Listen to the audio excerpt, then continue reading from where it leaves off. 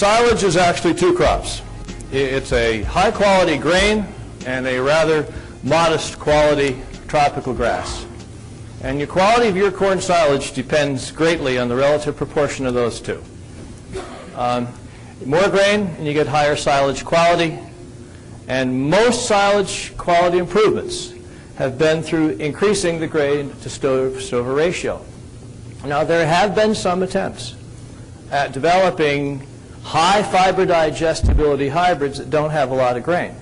And there's a couple of them that are on the market now. I have quite a little concern about those because I think they're kind of boom and bust hybrids. There's one that's been sold in New York State for a while, about 105, 110 RM hybrid. And in the Cornell University trials, it had the lowest percent grain of any hybrid Cornell had ever tested in the trials. But it had high digestibility. The first year that this had a popular release with any reasonable amount of seed sales, farmers planted quite a bit of it, and it was, by the company, it was directed specifically at farmers that had high corn silage diets. People that fed over 50% of the dry matter's haylage, they kind of steered them away from that. And it was a good year for growing corn. It wasn't too hot, wasn't too much moisture, good yields. Farmers put the silos, filled their silos with it. In other words, it was a good year for fiber digestibility.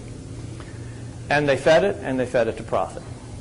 So what happens, when a farmer plants something, produces good yield, gives a lot of milk, plant more of it. Next year, they planted a lot more of it. Seed sales went up significantly. Well, the next year, it was a good year if you're in Louisiana for growing corn. It was hot and it was wet. And hot and wet is bad for digestibility, but boy, it's good for yield. And this is a big, rank hybrid, and it just grew beautiful. And farmers, said, oh, boy. And they filled their silos up with it, let it ferment, and they turned their cows into it, and cows crashed. It had lousy fiber digestibility, and it didn't have that ear to back it up. And in some cases, we're looking at a 10-pound milk depression. And these are on herds that rely on corn silage. So what's the farmer to do? I had one farmer tell me, because what's worse than having crappy feed? Well, also having a lot of it. I'm not sure which of these guys felt was worse at the time. And I had one guy say to me, he says, I was never so happy to see that patch of concrete at the back of that bunker silo as I was that year. Seed sales. Of years, we've been steadily upward. Well, why? Well, plant breeders have done a better job of hanging a good ear off of every stalk and allow us to increase population and not have these things bust apart. But look what's happened to stover digestibility.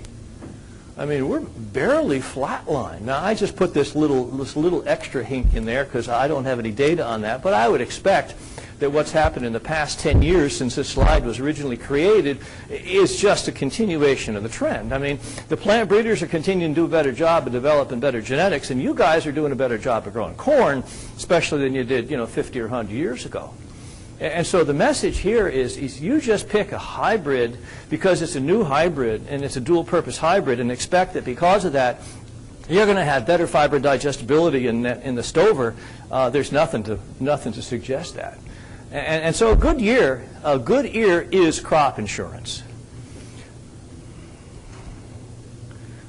Weather has a great influence on the stover quality, stalks and leaves. We already talked about that briefly. And weather influences the quantity of grain on a plant, but not the quality. Because you see, the grain only contains about 5% fiber. And so if you have a hot, wet year, it may very well influence the size of the ear and the amount of grain, but it's not going to have much effect on the quality of that grain. And so high-quality corn silage starts with a good ear. And I would consider a good ear to be a farmer's crop insurance for corn silage. Corn silage is a minor crop. On the average, looking at census information, only about 7% of the corn in the United States is harvested as silage. And of that, a portion of that is planted for grain, but something happens and it's harvested for silage. And so probably only about 1 unit in 20 in the United States is planted specifically for harvesting as silage. And historically, that has limited seed companies' interest in producing silage-only hybrids or investing a lot of money in genetics and silage genetics, simply because we're really only looking at a modest market. And so many seed companies have not spent a lot of time and effort in developing silage hybrids. Most, but not all. First, we'll talk about dual-purpose hybrids. And they obviously were developed primarily for grain. There's only a small difference in fiber digestibility. This may be a surprise to some of you folks, but there really are very small differences in fiber digestibility between most dual-purpose hybrids. There are very few exceptions out there that they operate within a narrow range. While the universities and seed companies have greatly increased the testing of these dual-purpose hybrids, and we're in much better shape now than we were even 10 years ago in the testing that has been done. Testing doesn't improve quality. And all this testing is doing is demonstrating time and time again how narrow the genetics we have within these dual-purpose hybrids are. And I mean, I like to rely on company trials and also university trials for this kind of information, but don't expect miracles from dual-purpose hybrids harvested for silage. An important point. And it's not an opinion. I mean, here is some Cornell University trials in Aurora, Central New York, Heartland in New York, 2008, looking at 3 relative maturities, 100, 105 RM, 106 to 110, and 111 to 115. And these are fiber digestibilities, 30-hour NDFDs, all done by the same lab, same time. Look at your top dual-purpose hybrid, 58%. The bottom dual-purpose hybrid for digestibility, only about a 5-point difference. And this is, there's 14 to 18 entries per trial. So we're looking at quite a bunch of them. And this one, and here's Mycogen's BMR. Huge difference. Completely different animal, folks. And look at the 106, 110, pretty much the same. You're looking at about a 5-point difference between the best and the worst in that maturity, and then look at the late one, 111 to 115. Again, you're looking at about a 5-point difference between the top and the bottom non-BMR hybrid in those trials. And in all cases, look at where the BMR is. The BMR is running 70% NDR. So the point is, if you're looking for extremely high digestibility, you will not find it within the population of dual-purpose hybrids. You are going to have to go to specialty hybrids that have been bred from the bottom up for this purpose. And how about taking a look at high digestibility non-BMR hybrids that are being bred specifically for silage? There's a couple of them that are out there now. And what I've done here is I've taken both the Aurora and I've taken another one of the trials out in Western New York. And so that's location 1 and location 2. And one of them was in the 106 RM trial, and the other was in the 111. And again, here again are the top and the bottom in that location. And I'll take a look at the top and the bottom in the other location. Again, you're still seeing the difference of 5, 6 points from top to bottom. But look at where the high digestibility entrant is here. And this is one that's being bred from the bottom up for high digestibility, but it's a non-BMR hybrid. I mean, where are we, folks? I mean, it basically is the same. It falls right within that population of the dual purpose, okay? And so you need to focus on what you're looking for, and if you're looking for something that's going to be extremely high digestibility, you're very limited in terms of what your choices are. As far as leafy corn hybrids are concerned, a lot of instant leafy hybrids out there. They have gobbled up a significant portion of the silage market. Another of those, 1 unit out of 20 in the United States is planted specifically for silage. This is not a particularly good picture of it, but these were grown in the same field, and the leafy one has 8 to 9 leaves above the ear, and the non-leafy one grown in the same field, same maturity range, 5 to 6. I've seen, a number of times, I've seen twice as many leaves on the leafies, all from the ear up, compared to non-leafy grown in the same location. In the field, there is not a consistent yield difference between leafy and non-leafy hybrids. They will yield up there with their hybrids, but there is not a consistent yield advantage. And think about it. I mean, leaves only constitute 10 or 20% of the, or 10 or 12% of the dry matter of the whole plant. So if you double the amount of leaves, well, you know, how much are you really influencing total yield? And but one thing is that some of the leafy hybrids, some but not all, of these leafy hybrids are resulting in a longer harvest interval.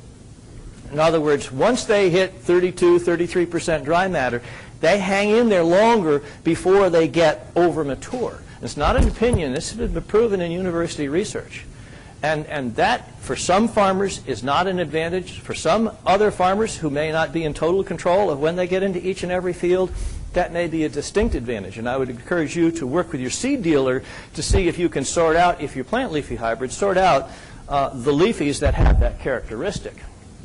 Some of the seed companies are recommending planting leafy hybrids at more moderate populations than most dual-purpose hybrids. In the Cornell University trials, the Michigan State trials, Wisconsin trials, the various trials I've looked at, they're basically all being planted at the same population, and they seem to be performing really very well. They don't seem to be breaking apart as far as ear development or anything like this, and I really think that they can be planted at about the same population we're planting most of our other hybrids.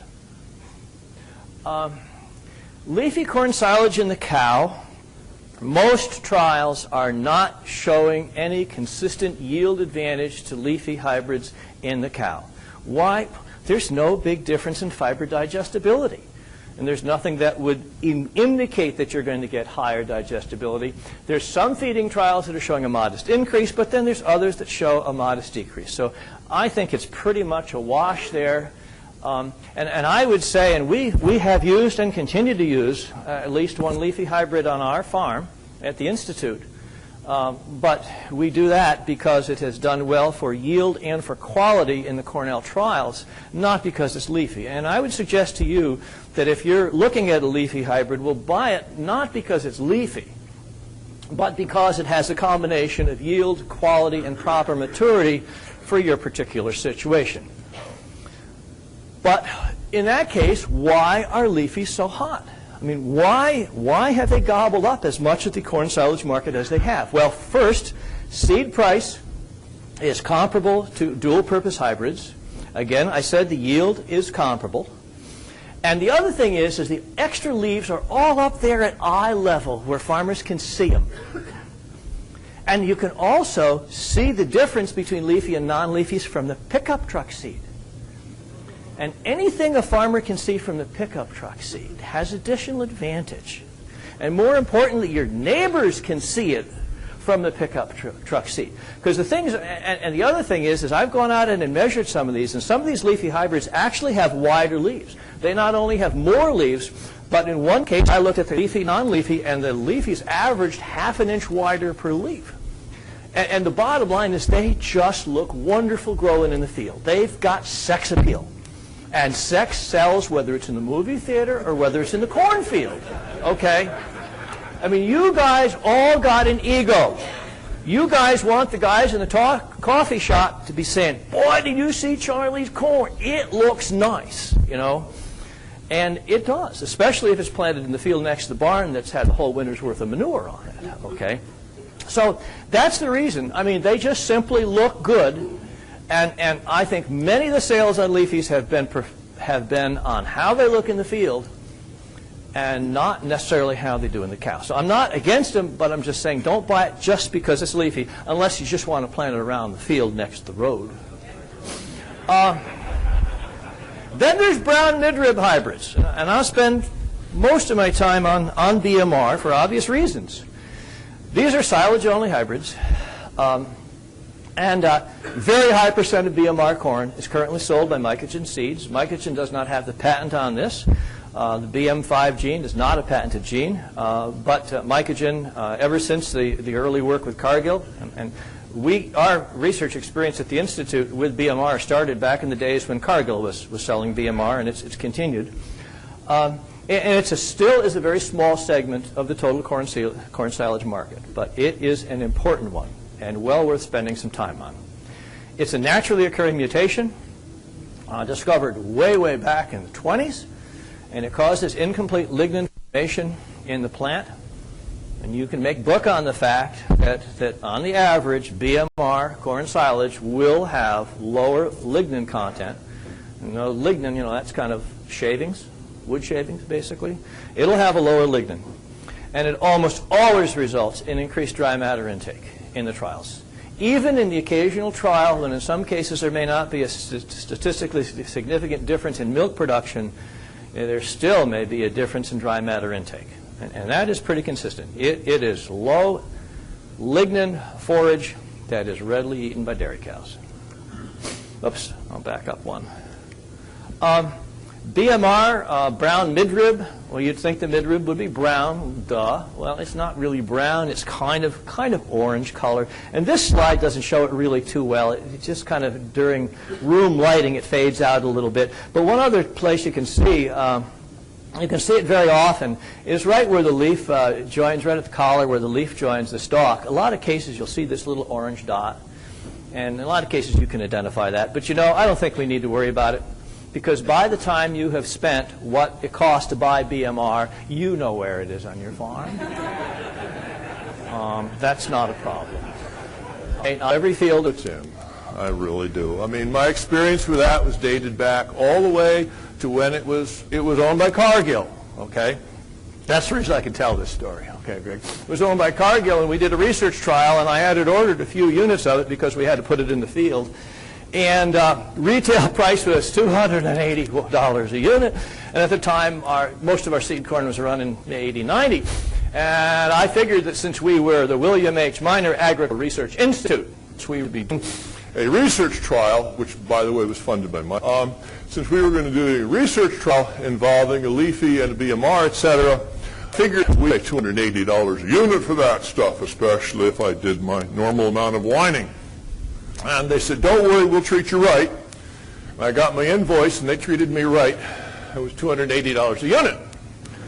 And you know how seed companies often, include a little thing, a pair of gloves or something like this? But I should have known what was going to happen when they delivered the seed. Instead of getting that, they gave me this little tube of KY. And I thought that was quite apropos given what happened. Well, anyway, BMR in the field. Again, lignin is one of the things that keeps plants standing upright. Okay? And so low lignin means potential standability problems. And the reason I say that is in all the years we've grown it at the Institute, we've had it lean back and forth. You look down the row, and if you want to be able to look down 1,000 feet a row and see nothing but air, you don't want BMR.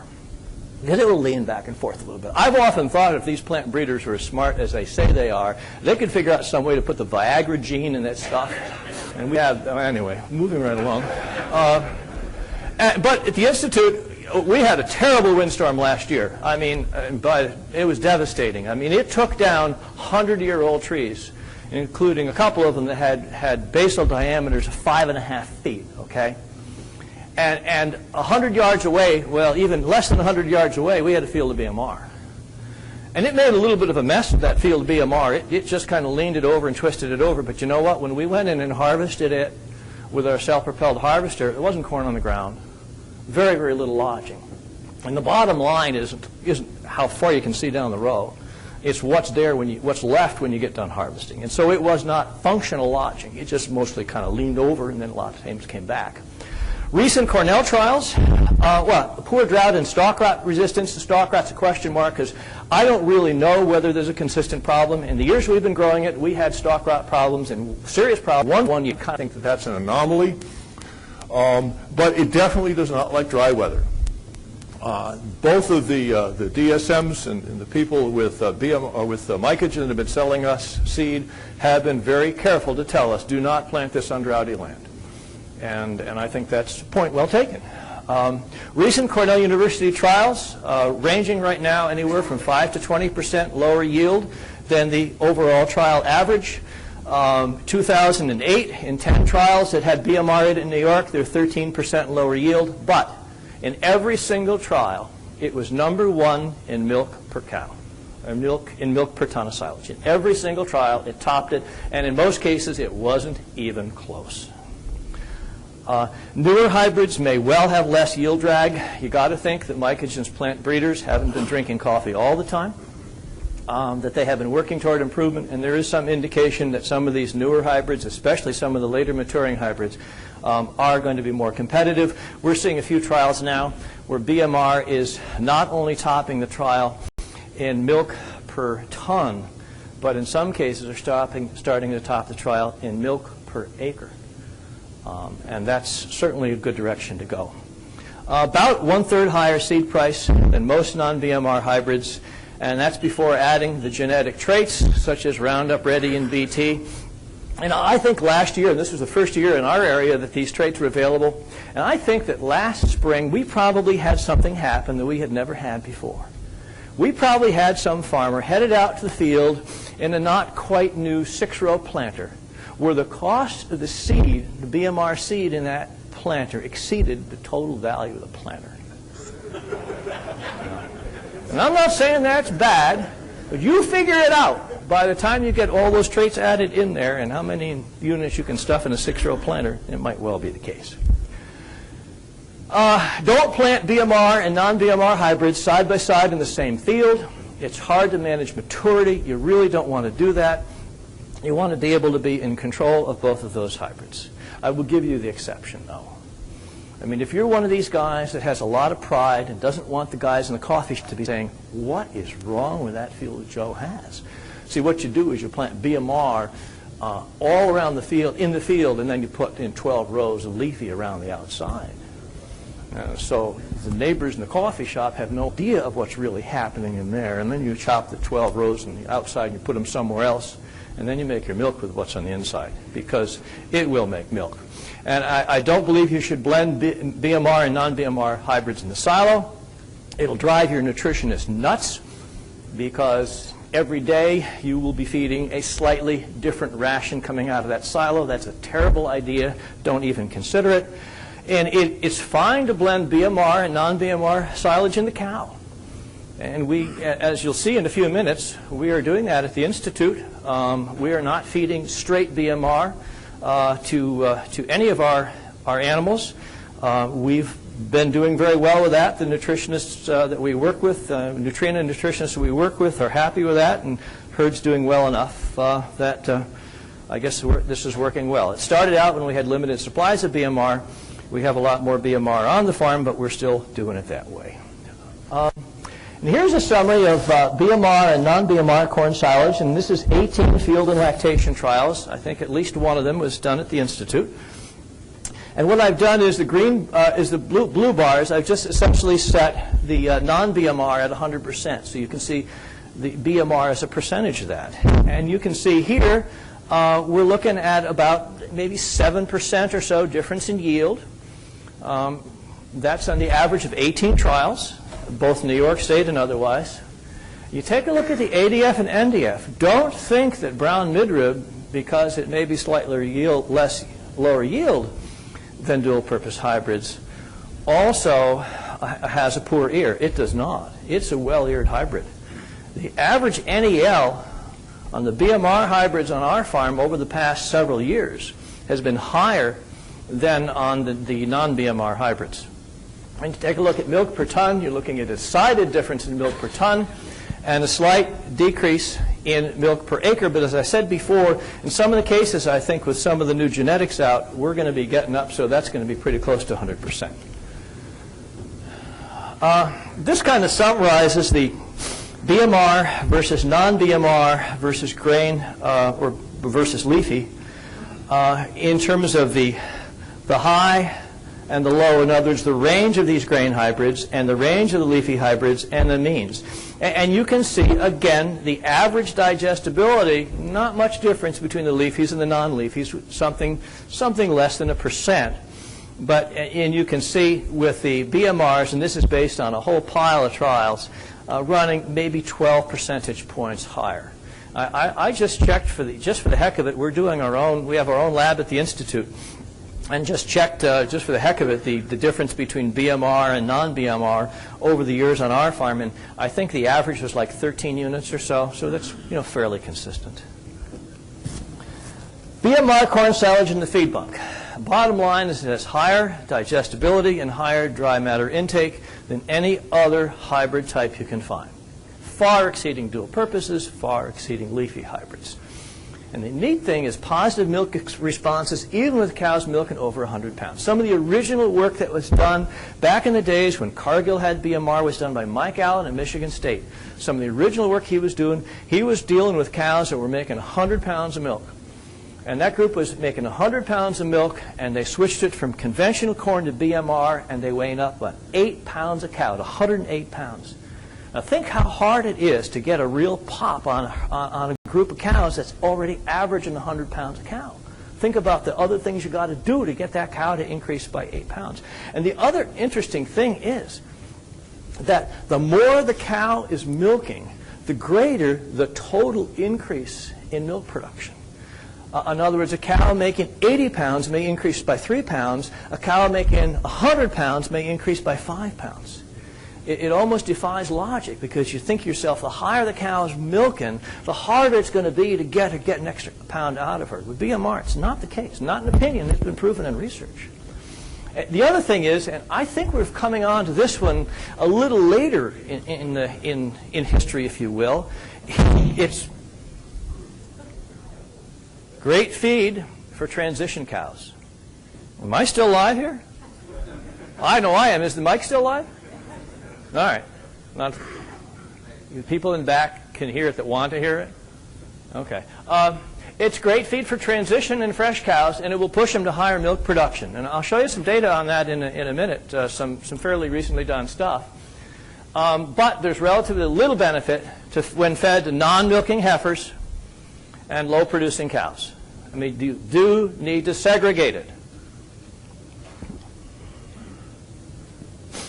Okay, BMR in transition cows. This is some very recent Cornell University research. This was looking at dual purpose versus BMR corn silage. They fed them to 70 Holsteins that were paired for parity, in other words, for the age, where they were in their production, milk production, etc. And the diets included 47% corn silage pre-fresh and then 41% corn silage post-fresh. They started them 3.5 weeks pre-fresh, and then they ended the trial 3.5 weeks post-fresh. Those cows only got BMR for 7 weeks. And then both groups received the dual-purpose corn silage. And the BMR corn silage resulted in 6% higher dry matter intake. I said before, that basically always happens. And 11% higher dry matter post-fresh. Think about that, guys. I mean, one of the things you want those cows to do when they freshen is to eat a lot, because that's what's going to drive them to a higher peak. And look what happens. Fat-corrected milk production for the first 15 weeks post-fresh. Only 3.5 of those weeks were they getting BMR. 15 weeks post-fresh, BMR was 106 pounds. So you're looking at high-producing cows. And dual purpose is 99 pounds. If you look at non-fat corrected, you're still looking at a 5-pound response. So you're looking at, depends on how you want to look at it, anywhere from a 5 to 7-pound response from feeding BMR for only 7 weeks. What's happening?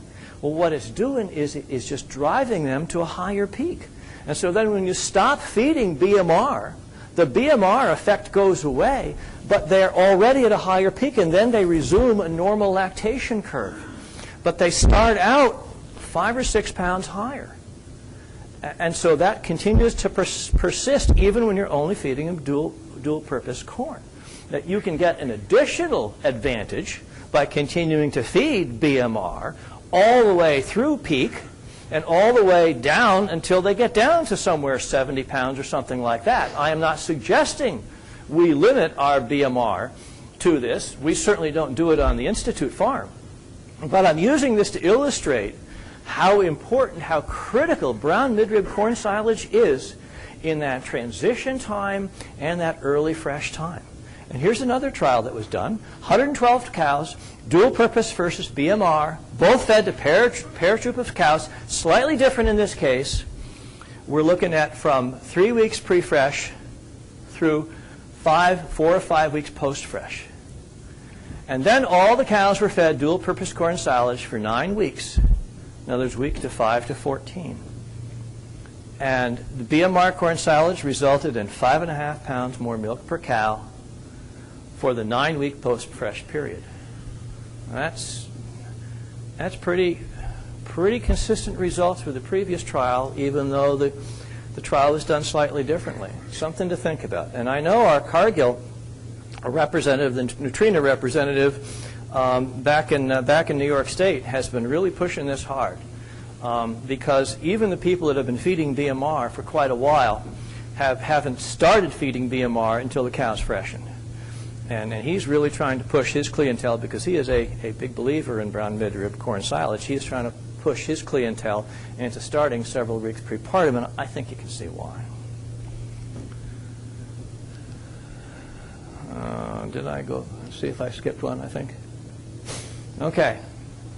That said, it's not all for all dairy farms. I tell people it's not for all cows on any farm, and it's not for all dairy farms.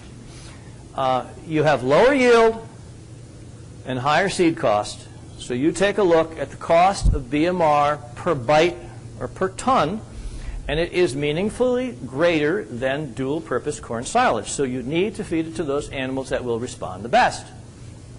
And I think you need to store it in a separate silo.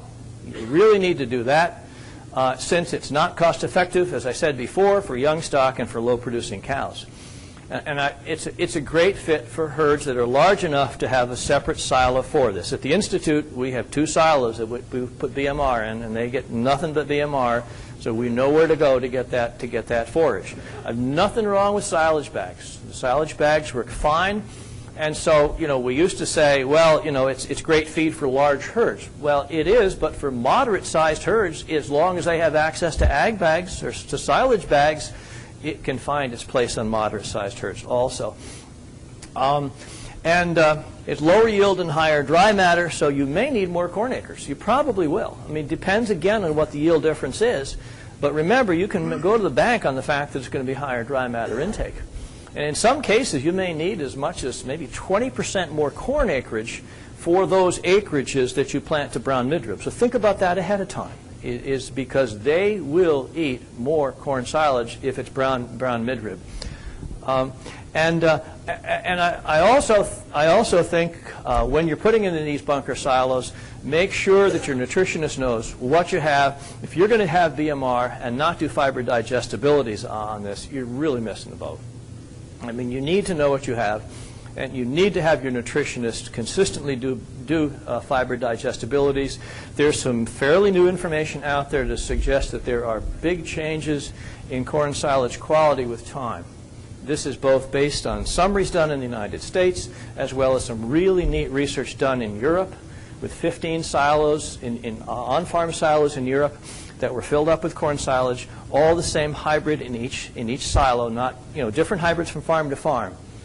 And then they started taking a look at the changes in starch digestibility with time.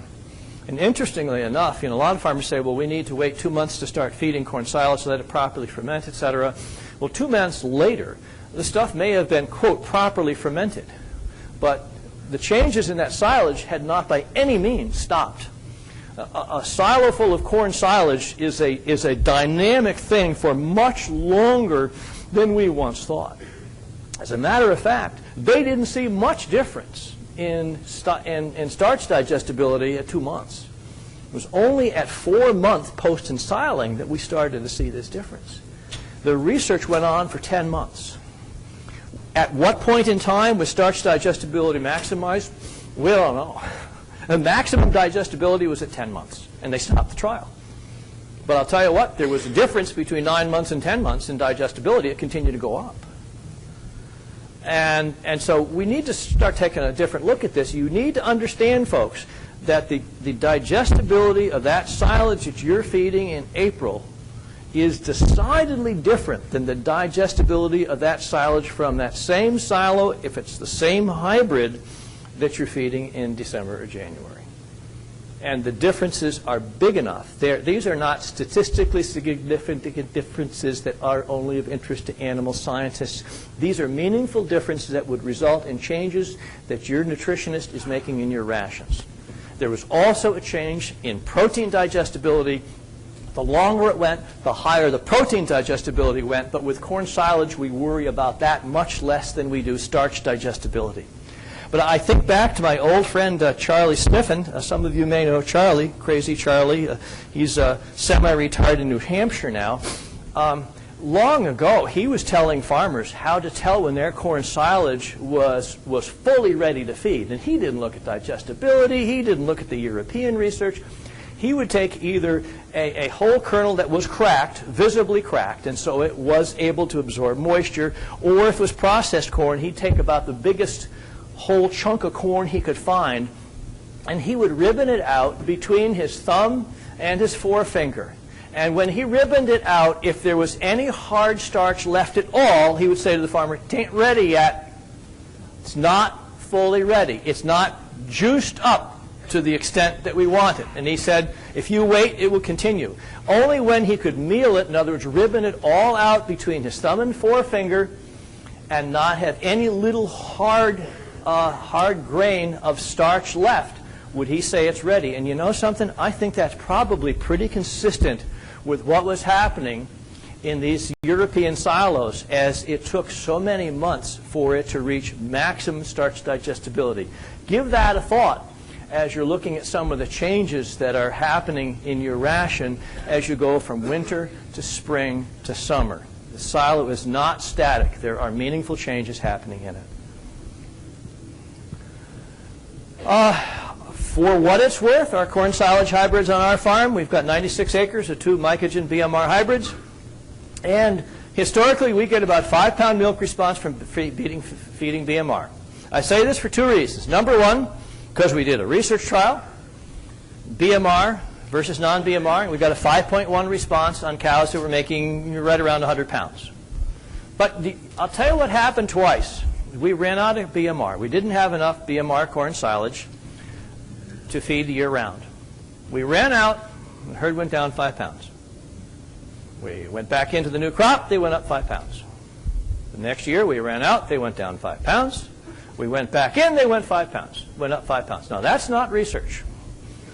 But you know, when that keeps hitting you in the head, I may be a little dense, but you know, I got some, gee. And of course there's many other things that happen on a farm that go bump in the night, changes in haylage, changes in weather and changes, things like this. But when you see enough of those things happening on your own farm in a non-research environment in that situation, and you back it up with the research that was a lactation study carefully done that shows you a 5-pound response, and the fact that Mycogen's own research, what was the number they came up with? 4.8 pounds? That sounds awful like 5 to me. And then we've got 86 acres of a Mycogen leafy hybrid. It's a Mycogen not because I'm standing up here now, and it's not a leafy because I have a particular belief in leafy hybrids. It happened to be a really good hybrid for both yield and quality in the most recent Cornell University trials that were done in northern New York. And the closer to home they are, the more respect I have for them. And so that's the reason we're using that one. And then 122 acres of a couple of other dual-purpose hybrids based mostly on trial results, and certainly initially, and also how they've done on our farm. And that's basically what we're doing. Again, so we're looking at five hybrids for about 300 acres of corn. Is that right? Is that wrong? Not necessarily. Here's our rations now. These are not my rations. These are our Neutrina's rations after consultation with our research crew. As you can see, we are feeding BMR to our close-up dry group, 2.5 pounds of dry matter, a little over 8 pounds of non-BMR. You can see we're corn silage as a percent of the forage, I think we'd be considered a high corn silage ration. In other words, in most of our groups, we're looking at somewhere in the 60% range of our total forage being corn silage. That varies depending on what's going on the farm. We've been up as high as 67, 68%, depending on what the nutritionist wants and what else we have to feed. And consistently over 50% forage in the ration. Fresh group is about equal amounts of BMR, non-BMR. The 100-pound group, somewhere around there. 95 pounds, again, you're looking at roughly 50-50. When you get down to 75 pounds, we're not feeding any BMR at all. And this is to support a herd average, which for the last year has bumped one side and the other of 30,000 pounds. Its current is just 100 pounds under, about 100 pounds under 29. So it's a reasonably good herd average especially for a research herd, because we continue to mess around and shift cows, and this royally pisses off the herd manager. We drive him up a wall.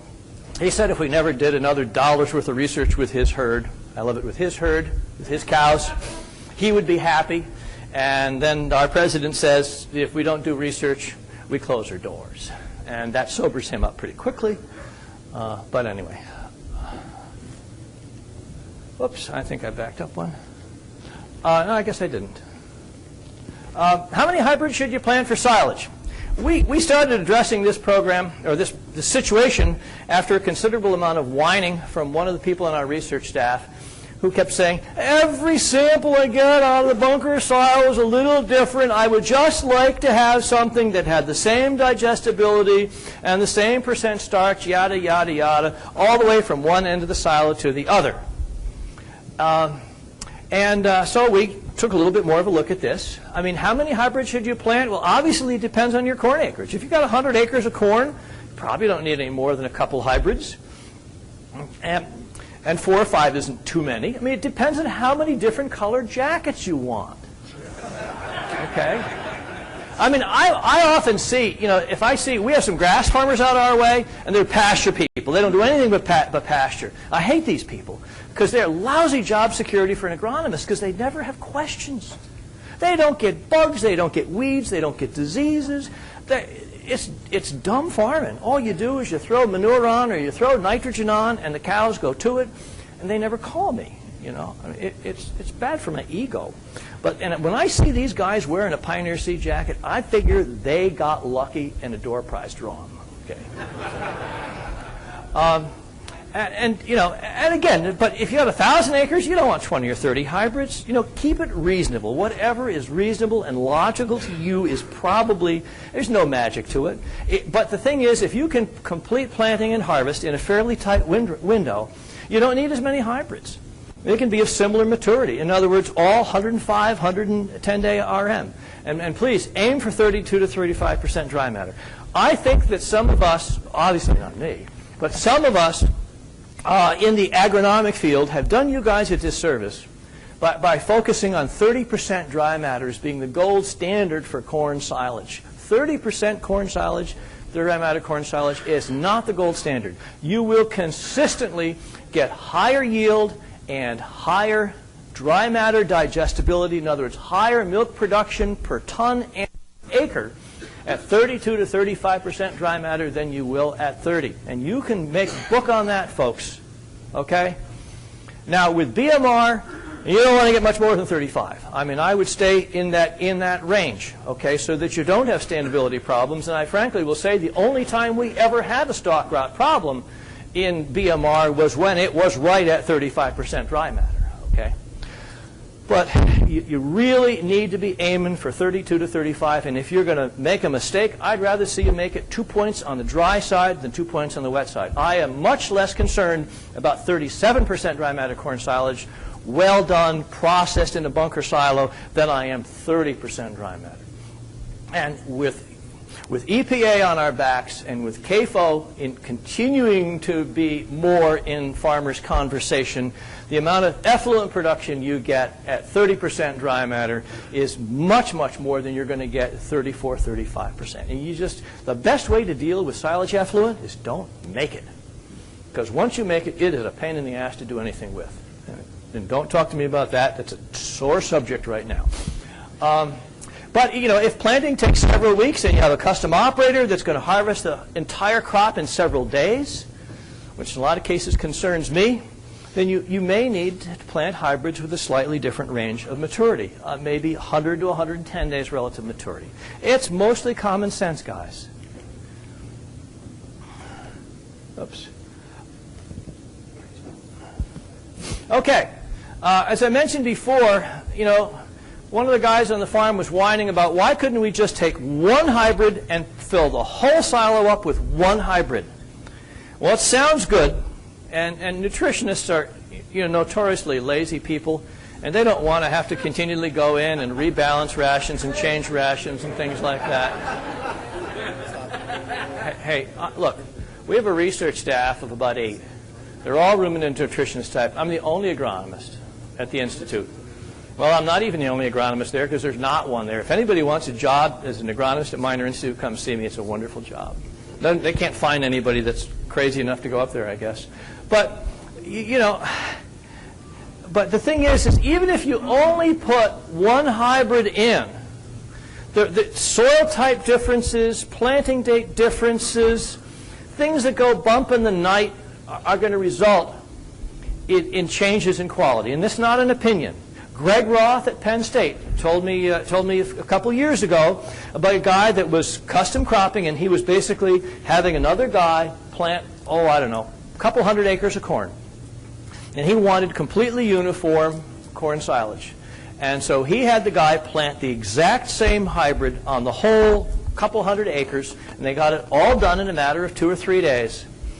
And he was very discouraged when they went in, they harvested all a matter of a few days, and when they took a look at the variation in quality on that corn, there was about as much variation in quality as there was when he was planting 2 or 3 hybrids. And again, that's just what happens. And the other thing is that planting is spread over several weeks, and the crop is harvested in several days. Planting that same hybrid from first field to last may well result in unacceptable differences in silage dry matter. And I also get really nervous about planting one corn silage hybrid on a large amount of land, because there are times that something happens that will greatly affect a single corn hybrid just because of the parent genetics that we don't know about, and something that the people that are selling you the seed don't know about because it happens so rarely or it hasn't happened before. In terms of resistance to disease, you may have a variety which is very poorly resistant to, for instance, northern corn blight. But if you haven't had northern corn blight for a number of years, and if that hybrid, a very serious problem, and if that only hybrid has been out, let's say, for 3 years, we may not know that that hybrid is highly susceptible to northern corn leaf blight. It depends a little bit on the seed company and how carefully they test that. But then you get a year when you get a serious problem in northern corn leaf blight, and you get one hybrid that is plastered. And I've seen this happen because every year we have silage variety trials on our farm, 12 rows of, across the whole field. And we have seen significant differences in disease resistance from one hybrid to the other.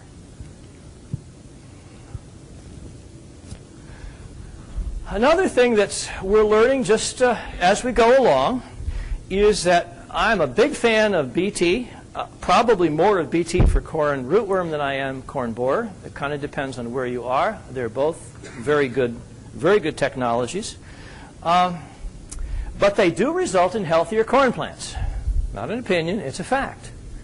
And a healthier corn plant stays green deeper into the season. And this has nothing to do with stay green. That's a different characteristic. And I think most of you know what stay green is. All the seed companies are rating their hybrids for stay green. This is something different than that. And 2 years ago, Cornell University did a trial where they used the Bt and then the non-Bt isoline. In other words, identical hybrids except for the Bt gene. And when they went in and harvested, the Bt hybrid was 3 percentage points wetter. In other words, 32 versus 35, okay, than the non-Bt. And they did this on more than one hybrid, and this was consistent, okay? They were healthier, and they were staying green and lush later in the season because they weren't getting corn borer. Because that corn borer gene is basically 100% effective. We have done 3 years of research on our farm. on a BT versus a non-BT hybrid, happened to be a Northrop King or Syngenta hybrid. And one year we had, I think, 26 or 27% of the stalks that were infected with BT, with the corn borer. And the second year we had 46% of the stalks that we had had at least one corn borer in it. In both those years, the BT hybrid was 0 and 0. 100% effective in eliminating corn borers. And so you really might need to take this into consideration, especially if you're planting a significant amount of BT and non-BT in the same field, because at this point in time, we still are required to plant, 20% refuge? Okay, and so if you plant that 20% refuge, and a lot of times people will plant the non-BT around the field, and then they'll put the BT inside the field. So what do you harvest first? Stuff around the field. Okay, you may need to go in and do a quick dry matter on that stuff, and may need to change your plants. You may even need to want to change the location of your refuge, because you can pretty well count on this BT stuff versus the same genetics without the BT gene as being a few points wetter, in other words, a few points lower in dry matter at normal corn silage harvest levels. So, winding things down, first, don't assume the hottest new hybrids have the best digestibility. Remember, I showed you before that stover digestibility is flatlined for the last 100 years, with the exception of hybrids bred specifically for high digestibility, i.e. BMR. Rely on trial data. Rely on university data to sort out the best of all hybrids, and rely on company data to sort out that product line, because there's nobody that knows their product line better than that seed company. So start there and then confirm it with university data. But remember that the most of the improvements in dual-purpose hybrids have been in the ear, have not been in the stalk. And so if you're looking for 70%, or you're looking for something that's 10 to 15 units higher in fiber digestibility, you're not going to get it by choosing a dual-purpose hybrid. Leafies are a good option if they have good digestibility. Some do, some do not. Most aren't anything special as far as digestibility. BMR is not for all farms, not for all cows on a farm. And you need to segregate it in a silo, and you need good field management. This is not genetics for the careless manager. This is for the good manager. And a good manager can really make it work. Plant enough different hybrids to accommodate your harvest schedule and reduce risk, but don't go crazy. Just use common sense, and balance your relative maturity of their hybrids with your planting harvest schedules. In other words, the wider your planting time, the more you might have to vary the maturity, the relative maturity of the hybrids, and aim for as close to 32 to 35% dry matter as possible. And I will also tell you how you find out what the dry matter is. You go out and you cut 15 or 20 plants and you bring them back and you chop them and do a dry matter on them, and that's fine. Then you get that number, and you know what you should do with that number? You should subtract 2 points from it. So if you go down and do a burn down, chopping 25 or 50 plants or 100 plants or whatever, run them through the chopper, do a dry matter, it says it's 32. When you go in, if you go in immediately and chop that whole field, and then do a dry matter on that, it's going to be about 30. Why? I don't know. But I can tell you that people that do a lot more burn downs than I have ever done, people that go around with their coster testers and their wood chippers from field to field to field, chopping corn off, and then watching what happens when they harvest the whole field, they tell me that you should subtract 2 points. So if it says it's 35 on the coster tester, probably about 33, okay? And we found that on our own farm. We'll go and we'll go in and we'll chop some rows. Even if you go in the field and chop a few of the outside rows with a chopper, that's just not representative of what's happening in the whole field. So subtract 2 points and you're going to be right more than you're wrong. You're going to be closer than if you didn't make that adjustment. I can promise you that. And the other thing, BT hybrids may be a few points wetter at harvest simply because the plants are healthier. This is genetics that works. And I can't say that's going to happen all the time, because if you have no corn borers and your plants are entirely healthy, maybe you're not going to get that 2 or 3 points difference. And the more corn borers you have, the more consistent I think that difference is going to be. And that's, whoops, I keep going. There you go. Well, we'll get it yet. There. And with that, I have 5 minutes left to answer any questions. Yeah. Oh, I'm sorry. We'll take him first, then you.